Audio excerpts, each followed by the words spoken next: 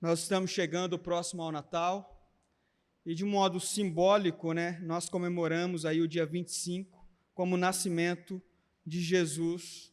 Não sabemos a data exata que Jesus nasceu, mas pela tradição é aceito que dia 25 de dezembro é o nascimento de Jesus. E eu quero ler um texto, está lá no Evangelho de Lucas com vocês, que diz assim: havia pastores que estavam nos campos próximos e durante a noite tomavam conta dos seus rebanhos. E aconteceu que um anjo do Senhor apareceu-lhes e a glória do Senhor resplandeceu ao redor deles e ficaram aterrorizados. Mas o anjo lhes disse: não tenham medo, estou lhes trazendo boas novas de grande alegria, que são para todo o povo. Hoje, na cidade de Davi, lhes nasceu o Salvador, que é Cristo, o Senhor. Isso lhes servirá de sinal. Encontrarão o bebê envolto em panos e deitado numa manjedoura. De repente, uma grande multidão do exército celestial apareceu com um anjo, louvando a Deus e dizendo: glória a Deus nas alturas, e paz na terra aos homens, aos quais Ele concede o seu favor. Feche seus olhos, vamos orar ao Senhor. Espírito Santo de Deus, estamos aqui na noite de hoje, Senhor, para adorar o Teu nome, para ouvir a Tua palavra, para aprender mais de Ti. Nos dê a graça de entendermos mais da Tua palavra, do Teu Evangelho, nessa noite de domingo, em nome de Jesus. Amém. Irmãos, uma das coisas mais trágicas que acontece na história da humanidade, e eu sempre cito isso para a igreja, é aquilo que na teologia é conhecido como pecado original. O pecado original, ele tem ali o seu início lá no livro de Gênesis, com aquele episódio de Adão e Eva, quando eles pecam contra Deus, desobedecendo a Deus e comendo de um fruto que Deus tinha proibido. A partir desse momento, o pecado entra na vida da humanidade. E junto com o pecado vem várias consequências. Um exemplo dessas consequências é que lá no Jardim do Éden, o trabalho do homem era muito tranquilo. Aquilo que o homem colocava a mão para produzir, produzia com muita facilidade. Depois do pecado, e quando o homem é expulso do Jardim do Éden, agora a produção, a lavoura, ela se torna um pouco mais penosa. O trabalho da humanidade é um trabalho cansativo, penoso. E muitas outras consequências, como um outro exemplo, é o distanciamento de Deus para com o homem. Agora o homem não tem esse relacionamento próximo com o Senhor. Uma outra consequência também é a morte física. A morte física que foi comentada agora há pouco com o testemunho do Rodrigo, falando da sua experiência, que eu tenho certeza que edificou grandemente a igreja na noite de hoje. A morte física, que é algo que o ser humano não foi criado para viver. Quando Deus cria originalmente o homem e a mulher, em momento nenhum Deus estabelece a morte para Adão e para Eva. O homem foi criado para viver. O homem não foi criado para experimentar a morte. Mas depois que Adão e Eva, segundo Gênesis, Adão e Eva pecam contra Deus, uma das consequências agora é a morte física. Então, Deus diz uma das frases mais terríveis que ele poderia dizer para Adão. Ele diz lá em Gênesis: Adão, tu és pó, e ao pó tornarás. O que isso quer dizer? Você vai morrer. Você vai morrer. Por isso que o dos poemas que eu gosto muito, do Fernando Pessoa, e eu decorei essa parte do poema que sempre me faz pensar nessa tristeza que eu imagino que Adão sentiu quando ouviu essa notícia de Deus, que agora ele iria experimentar a morte. Como nunca nem ele nem a mulher tinham morrido, talvez eles não tinham nem consciência do que essas palavras queriam dizer de verdade. Mas, ao decorrer do tempo, eles foram experimentando a experiência da morte. Quando, por exemplo, um dos filhos deles mata o outro filho.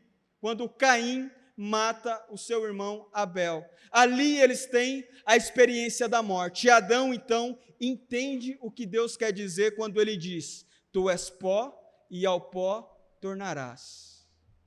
E agora, irmãos, infelizmente, todos nós experimentamos a morte. Pessoas que nós amamos que vão embora.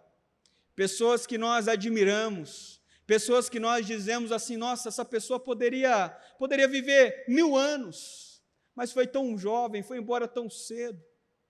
Familiares queridos que foram embora. É uma realidade que toda a humanidade agora vive como consequência do pecado original. E por isso, um dia, Fernando Pessoa, pensando sobre isso, ele escreve um poema que é maravilhoso, e uma parte do poema diz assim: fazes falta, ó sombra fútil chamada gente. Ninguém faz falta. Sem ti, tudo correrá sem ti. Serás lembrado apenas 2 vezes, quando faz anos que nascestes e quando faz anos que morrestes, e mais nada, absolutamente mais nada. Fernando Pessoa, ele entende a dureza da morte. Nós não queremos ser esquecidos, mas seremos esquecidos. Ninguém um dia lembrará de você. As pessoas que te conhecem hoje, que são seus amigos e que talvez poderiam lembrar de você, eles morrerão. E vai passando as gerações serão comidas pelo tempo. Por isso, Machado de Assis diz em um dos seus livros que um dos animais mais ferozes que ele conhece é o relógio de parede. Ele diz que tem um lá na casa dele, que só aquele relógio de parede comeu 3 gerações da família. O tempo vai passando e o tempo vai levando todo mundo embora. Seja forte como eu, musculoso, ou seja uma pessoa mirrada, fraca, vai levar embora. Seja um intelectual de primeira, como Fernando Pessoa ou Machado de Assis, que já não estão aqui faz muito tempo, ou seja uma pessoa simples que mal sabe ler e escrever. Seja um grande empresário, empreendedor, ou seja uma pessoa que nunca fez nada além de prestar serviço para outras pessoas e ganhando um salário minúsculo. Todos irão experimentar a experiência da morte. Todos irão passar pela morte. Não existe, não adianta fazer chapinha, a chapinha não vai livrar você da morte. Não adianta passar maquiagem, não adianta usar uma roupa bonita, não adianta tomar 1 milhão de comprimidos para não envelhecer, não adianta, a morte virá, e ela está vindo a nós a cada dia. E isso é uma experiência de angústia. Por que todo ser humano fica angustiado com a ideia da morte? Porque Deus, quando criou o homem e a mulher, não criou o homem para morrer. Hoje o homem morre por causa da consequência do pecado lá atrás no jardim. Pecado original. Então nós vivemos essa experiência da morte, tanto a morte espiritual. O que é a morte espiritual? A morte espiritual é esse afastamento de Deus, é esse distanciamento de Deus. Adão e Eva lá no jardim tinham uma proximidade com Deus maravilhosa. Depois do pecado eles se distanciam. Tanto é, irmãos, que quantas vezes você na sua vida não se sentiu longe de Deus? Quantas vezes na sua vida você sentiu que a sua oração não passou do teto? Quantas vezes na sua vida você não sentiu a sua alma seca? Isso é consequência do pecado. Por mais que você seja um homem ou uma mulher de oração, que teme ao Senhor, que lê as Escrituras, esses dias de sequidão, esses dias de angústia virão sobre você. Não há escapatória. Então a realidade do ser humano, ela é bem complicada, ela é bem triste. E essa realidade precisa ser conhecida pelas pessoas. Porque o problema do homem não pode ser resolvido pelo homem. O homem não é capaz de resolver o problema da morte espiritual e da morte física. O homem não é capaz, ele mesmo, se aproximar de Deus. Lá em Romanos capítulo 3, o apóstolo Paulo diz assim: não há ninguém que busque a Deus. Não há ninguém que por sã consciência procure ao Senhor, porque a nossa natureza está em rebelião contra Deus. A nossa natureza está em rebelião contra o Senhor do universo. Isso é o pecado que habita em nós. Então, quando nós entendemos isso, nós não conseguimos nos aproximar de Deus. Pela gente mesmo não dá certo. E nós também não conseguimos resolver o problema da morte. Quantas coisas a humanidade já resolveu, mas ainda não resolveu e nunca resolverá o problema da morte. Por quê? Porque Deus é o Senhor da vida. A morte em si não é o problema. O problema, entre aspas, é Deus. Porque quando Deus quer dar a vida, não há quem tire. Mas Deus, como consequência do pecado do homem contra ele, a morte nos é imposta. E agora, irmãos, nós temos esse problema, nós temos essa dificuldade.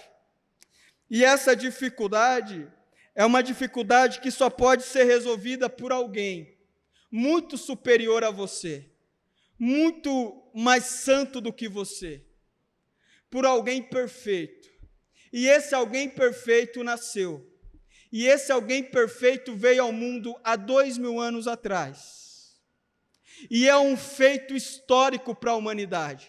Porque por meio desse nascimento, dessa pequena criança que estava lá numa manjedoura, o problema do distanciamento do homem com Deus foi resolvido.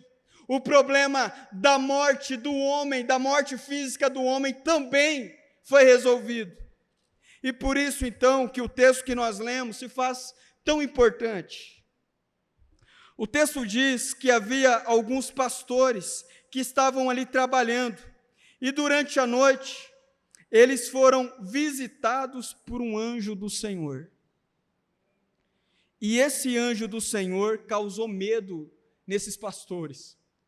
E eles ficaram com medo e assustados. E aí o anjo do Senhor falou assim: olha, vocês não precisam ficar com medo. Então o anjo do Senhor disse o seguinte, lá em Lucas capítulo 2 e verso 10. Não tenham medo, estou lhe trazendo boas novas. O que são boas novas?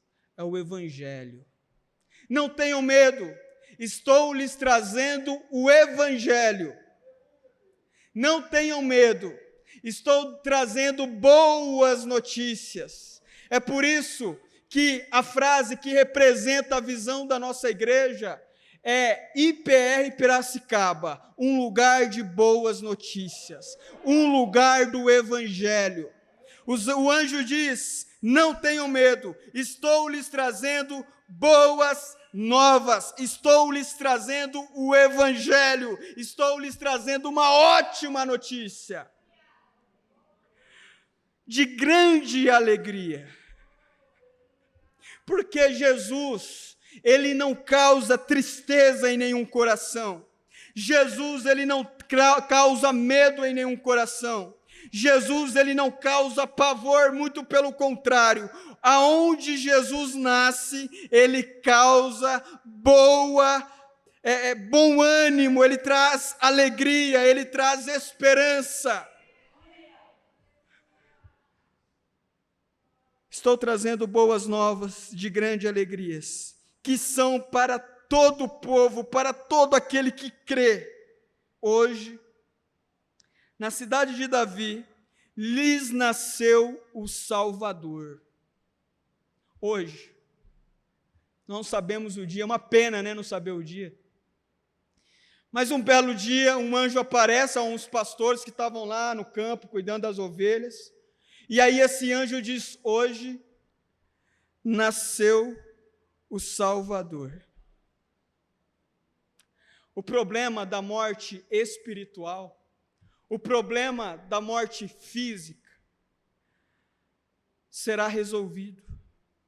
Hoje lhes nasceu o Salvador, que é Cristo, o Senhor. Irmãos, aqui tem uma coisa importante que eu gostaria que você entendesse, é uma coisa que eu sempre tenho dito para a igreja. Cristão, crente que crê em Jesus, tem que andar com o seu coração cheio de alegria. Cheio de alegria. Porque ele é uma dessas pessoas que crê na boa notícia. Ele tomou posse dessas boas novas. Ele tomou posse dessa notícia maravilhosa. E agora, então, o cristão, ele se alegra com isso. O cristão, ele se regozija com isso. Por isso que é muito complicado pessoas que se dizem cristãos e que vivem com a cara feia, vivem emburrado, vive reclamando, vive murmurando, vive chateado, vive nada está bom, nada tá legal, ele nunca está contente com nada, ele nunca está feliz com nada. Cristãos que tomam posse dessa boa notícia, eles são tomados pela alegria de Deus no coração, e essa alegria de Deus no coração deles vai para outras pessoas. Nós vivemos em um mundo de dor, nós vivemos em um mundo de angústia, nós vivemos em um mundo de desespero, onde as pessoas se apegam a qualquer notícia que elas acham boa. E aí nós criamos ídolos para nós. Qual é uma boa notícia? Olha, agora, eu estudando um pouco mais sobre política, eu descobri uma boa ideologia política. E eu me apego nessa ideologia política. Isso aqui é a salvação para o Brasil. Agora, eu descobri que tem uma empresa muito legal que está contratando, vou lá entregar meu currículo, se Deus quiser, vão me contratar, e esse emprego é a salvação para a minha família. Agora, eu descobri que abriu um curso novo em Piracicaba, um curso que eu estava interessado em fazer, que nunca teve em Piracicaba, e agora, nossa, eu vou fazer esse curso. Esse curso é a salvação para mim. Agora, eu conheci um rapaz, ou eu conheci uma menina, é a salvação para a minha vida. Agora, casamento vai dar sentido a toda a minha existência. O casamento agora vai fazer com que todos os meus problemas acabem. Eu vou ser o homem, ou eu vou ser a mulher mais feliz do mundo. Boa notícia, o meu coração se agarra nisso de tal modo, que eu vou sendo iludido por essas notícias, que de certo modo são boas, mas jamais será tão boa quanto o Evangelho. Essas notícias que pessoas se matam por elas, se matam para elas, fazem de tudo para viver elas na maior intensidade possível. E a verdadeira boa notícia, o Evangelho, as boas novas, nós olhamos e descartamos, porque nós não conseguimos entender a grandeza disso, a grandeza do que esse anjo está falando para os pastores, a grandeza do que simboliza, do que representa o nascimento desse menino, que é Cristo, o Senhor. Aí ele diz assim para os pastores, o anjo: isso lhes servirá de sinal. Encontrarão o bebê envolto a um pano e deitado numa manjedoura. De repente, uma grande multidão do exército celestial, e aqui é uma coisa que não dá para a gente entender direito, a gente só imagina, mas o que o texto diz, o que o Lucas está relatando aqui, é que ficou algo visível, é que ficou algo transparente, ficou algo perceptível a todos os olhos, que existia ali uma multidão celestial. Não sei o que seriam anjos, querubins, arcanjos ou qualquer outra coisa que possa existir no céu. Apareceu e esses anjos, esse exército celestial estava louvando a Deus, dizendo, olha só o que esse exército celestial estava dizendo. Verso 14, glória a Deus nas alturas. Imagina essa multidão, a potência das vozes, dizendo, glória a Deus nas alturas, a paz na terra aos homens, aos quais Ele concede o seu favor. Deus concede o seu favor aos homens. Que favor é esse? O favor de ter a oportunidade de nascer de novo. C.S. Lewis, ele diz que todos os homens vão viver eternamente. A única diferença é onde? Céu ou inferno? Quando você entende isso, você começa a entender a profundidade do que significa o Natal, do que nós celebramos com o nascimento de Jesus, do que representa essa boa notícia, essa boa nova, esse evangelho que veio até nós. E aqui, nessa noite, eu penso que esse evangelho, todas as vezes que acontece o que aconteceu hoje de manhã, de pessoas serem batizadas, é Jesus nascendo em um novo coração. Jesus, ele sempre está nascendo. Ele nasceu lá atrás, mas Jesus sempre foi Deus desde a eternidade. Jesus, ele não precisou ser primeiro uma criança. Isso foi um plano de salvação estabelecido por Deus, mas Jesus sempre foi Deus desde a eternidade. Jesus nasceu para a humanidade lá, há 2000 anos atrás, mas hoje pela manhã, Jesus nasceu em outros corações, nessa igreja. E eu creio que nessa noite, Jesus pode estar nascendo em outros corações também. Todas as vezes que um coração diz assim, olha, eu comecei a considerar as ideias do cristianismo, eu comecei a considerar as ideias de que existe um Deus, eu comecei a considerar as ideias de que Jesus talvez não seja um lunático, um psicopata, um mentiroso. Eu comecei a considerar a ideia de que Jesus talvez seja realmente o Filho de Deus. Quando um coração pecador começa a fazer esses questionamentos, o que está acontecendo ali é aquilo que nós chamamos de regeneração. É Jesus nascendo em um coração. É Jesus vindo, é o Natal acontecendo em um novo coração. E o Natal acontece todos os dias na vida de milhares de pessoas no mundo. O Natal pode acontecer na vida de uma pessoa ouvindo uma pregação no YouTube. 2 horas da manhã a pessoa está lá assistindo uma pregação. E o Natal acontece. O Natal acontece num culto como hoje, de domingo. A pessoa vem sem grandes pretensões, de repente, o Espírito Santo vem como uma flecha no coração daquela pessoa. Rouba a atenção, a mente daquela pessoa. E a pessoa começa a considerar Jesus como seu Salvador. É Natal. Eu vivi o Natal na minha vida. Quando eu tinha 12 anos de idade. Quando foi o Natal que você viveu?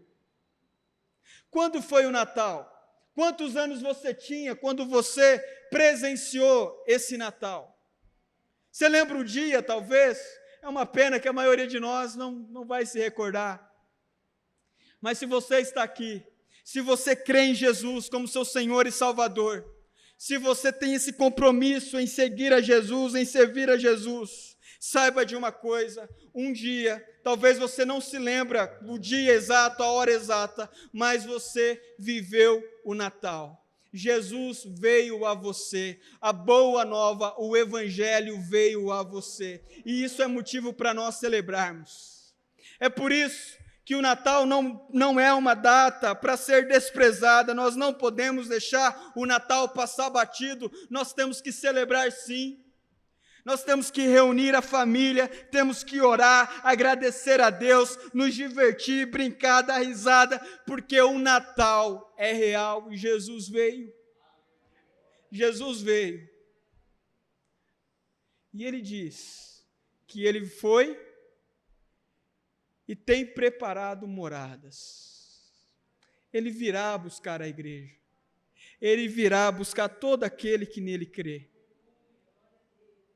Você não precisa, então, se desesperar mais com a morte física, porque existe vida te esperando.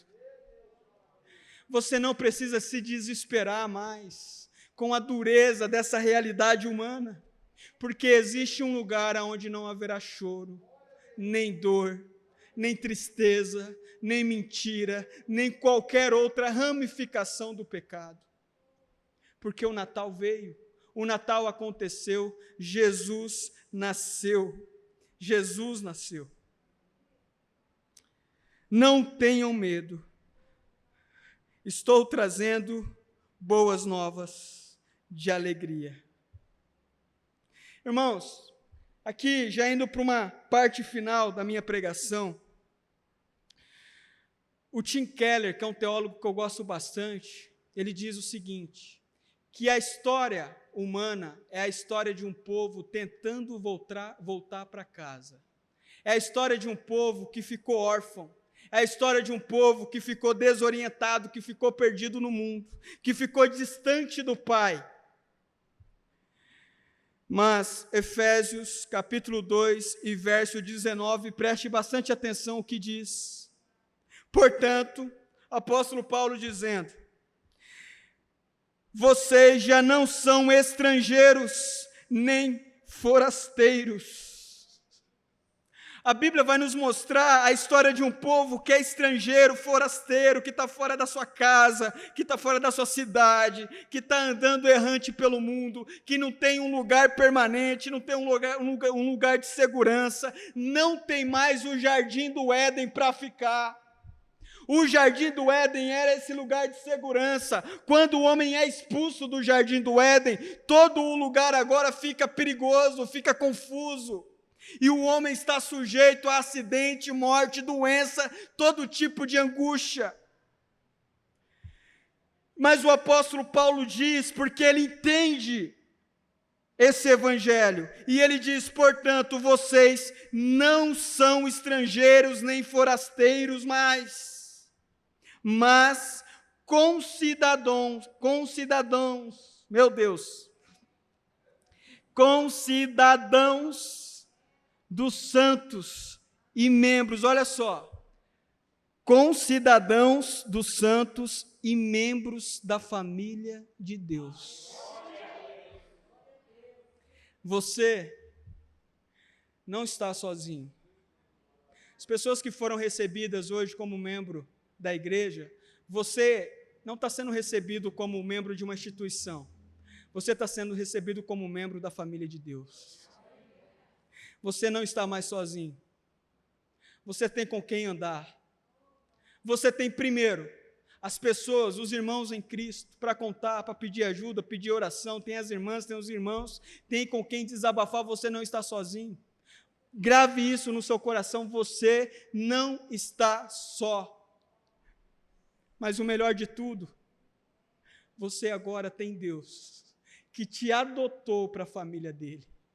Você não é mais um estrangeiro. Você não é mais um forasteiro. Você já não está andando errante pelo mundo. Agora você faz parte da família celestial. Você faz parte da família de Deus. É Deus convidando você para sentar à mesa e falar assim: olha, fique à vontade, você é da família. Isso é maravilhoso e isso é o Evangelho. É isso que Jesus fez quando ele nasce. É isso que Jesus realiza quando ele nasce. É isso que acontece quando ele nasce. Nós temos a esperança de que agora não estaremos mais perdidos. Se você entrou nessa noite aqui e por algum motivo você se sente perdido, você se sente sem propósito na vida, você se sente sem saber o que fazer, nada tem sentido, você levanta na segunda-feira e parece que as coisas não fazem sentido algum, eu convido a você a confiar nesse Jesus.